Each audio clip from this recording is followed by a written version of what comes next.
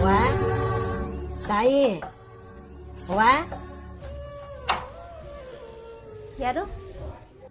ಅವ್ವ ತುಂಬ ಹೊಟ್ಟೆ ಹಸಿತದೆ, ತಿನ್ನಕ್ಕೆ ಏನಾನ ಕೊಡವ. ಅಜ್ಜಿ ಮನೇಲೇನು ಅಡುಗೆ ಮಾಡಿಲ್ಲ, ಒಂದೆರಡು ನಿಮಿಷ ಇರಿ ಬರ್ತೀನಿ. ಅಜ್ಜಿ ಅಡುಗೆ ಏನು ಮಾಡಿಲ್ಲಲ್ಲ, ಹೊರಗಡೆ ಏನಾದರೂ ತಿನ್ಕೊಳ್ಳಿ. ದೇವ್ರು ನೀನು ಚೆನ್ನಾಗಿತ್ತಿರ್ಲಮ್ಮ, ಮೊದಲನೇ ಯಾರಿಗೇನ ತಾಯಿ? ಹ್ಞೂನಜ್ಜಿ, ಯಾರು ತಡಿತಾರೆ ಈ ನೋವು?